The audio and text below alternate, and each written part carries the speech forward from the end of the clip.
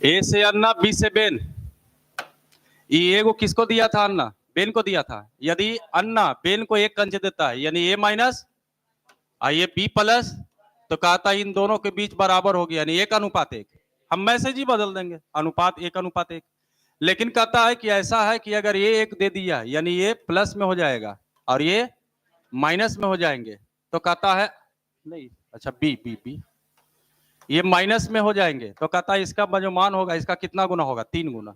3 अनुपात कितना हो गया? 1। अब कॉमन सेंस यहां भी लगाइए। कंचा तो यही दोनों के बीच घूम रहा था, कंचा तो इन दोनों के बीच ही घूम रहा था। इसका मतलब कंचे का योग यहाँ और कंचे का योग यहाँ, बताइए बराबर होगा कि नहीं होगा? ये हुआ, रास्ता निकला। बताइए यहाँ जोड़ते हैं तो कितना होता है, और यहाँ जोड़ते हैं तो 4। इसका मतलब इसमें कितना से गुना? तो ये एक्टिव हुआ, तो ये 2। रही बात, बताइए इन दोनों में कितना का अंतर है? देख लीजिए, 2 का अंतर है। बढ़ा है कि नहीं बढ़ा है? तो देखिए सर, ये वृद्धि हुआ है। 2 से कितना हो गया? 3।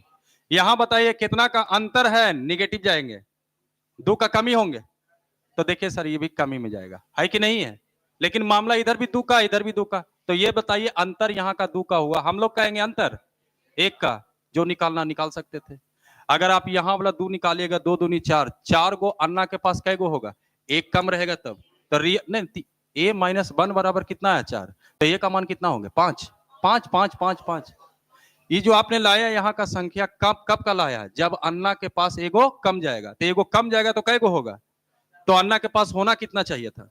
5 गो। अगर अब ये 2 से गुना करते हैं तो 2 दूनी 4 का मतलब हुआ बेन के पास एगो बढ़ जाएगा, तब 4 गो होगा, यानी रियल में कै गो होंगे? 3 गो, यानी टोटल कै गो हुआ? ये आंसर था आपका, 8 गो टोटल मिला के था। ये रेशियो हो गया।